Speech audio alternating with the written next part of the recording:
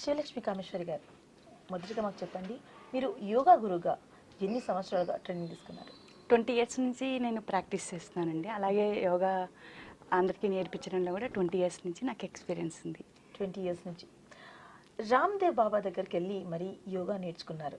దీని వెనుక రహస్యం? నేను ఫస్ట్ అసలు మామూలుగా ఎలా అంటే నా లైఫ్ స్టైల్ స్టార్ట్ అయిందంటే యోగాలో ఎట్లా అంటే నేను నేను మా సిస్టర్ కలిసి ఇద్దరం వెళ్తూ ఉన్నాం. అక్కడ యోగా సెంటర్ చూసాం. అయితే చూసిన తర్వాత అక్కడ వెళ్ళి ఎందుకో చేయాలి అని అనిపించింది అనమాట. మా అక్కే నాకు ఇంట్రడ్యూస్ చేసింది ఫస్ట్. అయితే అక్కడ వెళ్ళిన తర్వాత నాకు చాలా అది కనెక్ట్ అయ్యింది.